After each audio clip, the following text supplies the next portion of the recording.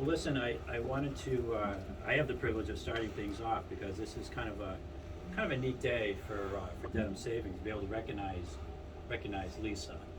Um, as and Laura and I were talking about it, and I can't remember. I think it was Laura's idea, or we kind of just talked It was about together. and it just kind of I evolved. think all of us kind of, yeah.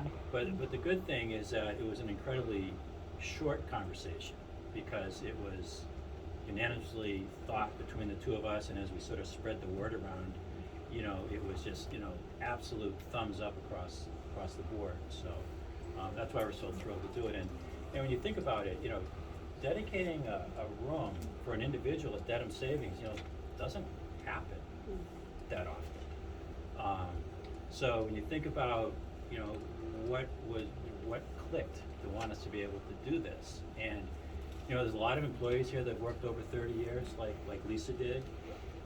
There's a lot of people that are really, really good at their job, as Lisa was. I mean, Tracy, you worked side by side with her for years, and of course Laura and the other folks in the residential area know how gifted she was in residential lending. So, that's probably part of it. But in my head, that had really nothing to do with it. It was really Lisa as a person, not only inside the bank, but a lot of us got to know her sort of outside of the bank and what her makeup was. And when I went to the services and listened to her friend Doug, I think. Yep. Boy, he couldn't have been any more eloquent. But boy, you've never seen a eulogy with so many people, at attention, hanging on every word, because this guy had a gift for, when I say words, in a very effective way of really getting to know what Lisa was all about.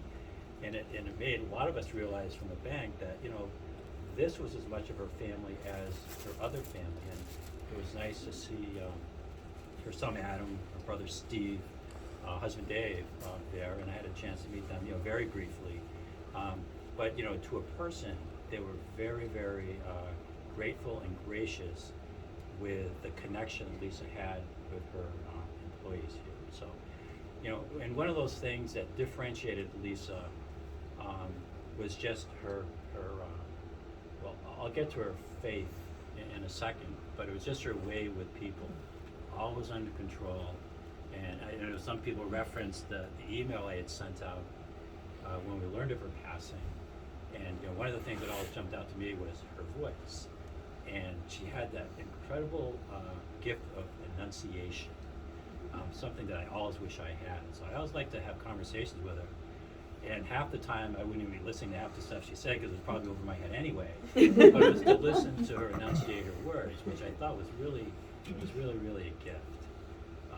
But then I will touch upon her faith a little bit. That's another thing that really jumped out to all of us. And I know her closest friends, experienced it with her. And the connection that I had was when I was, and this isn't about me or Annette, but there was a connection there because Annette was of equal level of faith in a different way, but there was that connection there. And I was able to go back and look at some emails and the cards that Lisa wrote to me as I was going through my journey. And one of the things that jumped out at me was at the very end, the last note that she sent me talked about Annette being in a better place. And that's sort of I don't know, it's cliche-ish, I guess, but not when it comes from somebody with that level of faith, because when they're in a better place, people understand that their work is done here, and they've done what they've done to deliver whatever message they have. I think in this case, and certainly in the case of my wife, it was being closer to God and being Jesus-like. I don't want to get too deep here, but I honestly think that that's how Lisa felt. So she truly is in a better place. She's done her work here. She's influenced so many of us here, both her family as well as her folks at work, and that really is a gift. So we're thrilled to have this room dedicated for it. And I came in here earlier with Liz, I'm like, there's no windows in this room. And again, this is how my little mind works. Like, well, now there is. So whenever you're in this room, don't think about this as being the window. It's going to be this plaque that we'll show you in a few minutes. And it's not just us looking out as a window, metaphorically, it's the light coming in. So think of in this windowless room that there is now a window and light is coming in. So that's all I have to say. We're thrilled to do it.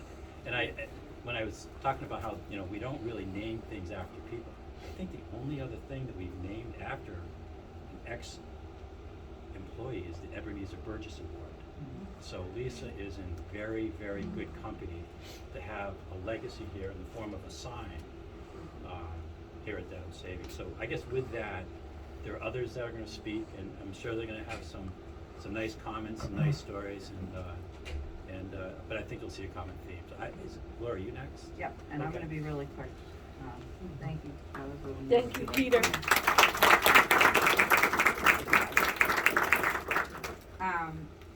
So thank you everybody for coming here today, and thank you to Liz and the Laurens for setting this up. It's beautiful.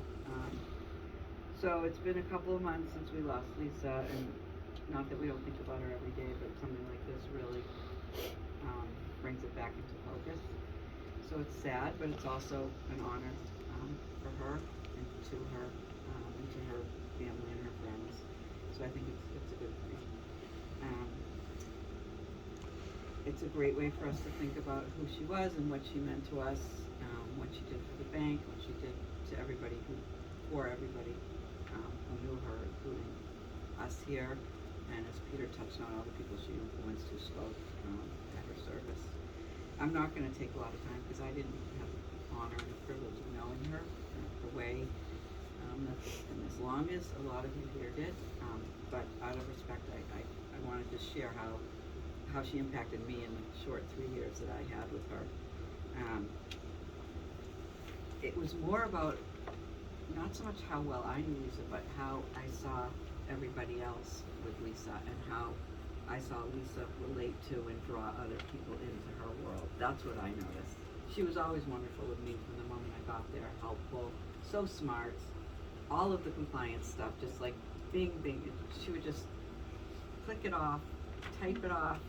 I remember Diane says a lot of times you have to say like, Lisa, stop for a minute, and she would go so fast. She knew everything so like off the top of her head. It was amazing. But I did learn to see, you know, how caring she was, how faithful she was, and to be honest with you, I'm jealous of people like that. I wish I was a person who could believe those things, because I think it makes what she went through and what Annette went through better for them, you know, than if you don't have that faith. So I'm so happy for her that she had that. She was an absolute whiz at her job. We all know that. But she had this aura about her. Like, you would see her in the morning, and no matter what, like, you would just look at her, and it was like a little bit of a halo around her. She was always open to any kind of discussion or possibility. Anything was possible. She never looked at things in a way that, you know, was negative, or everything was going to be okay. She was going to work it out. She was going to help you, whoever needed it. That's just who she was, and that, you just, like, that was her presence. That, to me, she didn't have to speak. You could just see that. So that's really, you know, my message was that I loved working with her. I thought she was wonderful, but it was just the relationship she had with other people, and how kind she was, and how she drew people in, that I remember the most about her. And I'd just like to make a commitment on behalf of at least, you know, the mortgage group, that every year on this day, we hold a moment, have a moment of silence to honor her and to think about her. Not that we won't think about her at other times, but I think that's a commitment, you know, I would like to make, and if everyone's okay with that, I think that's important. So that's really all I had to say. I wanted to make sure that people like Teresa and Virginia and other people who worked with her for so many years, Cindy, I think you might have something to say, have the opportunity, so thank you.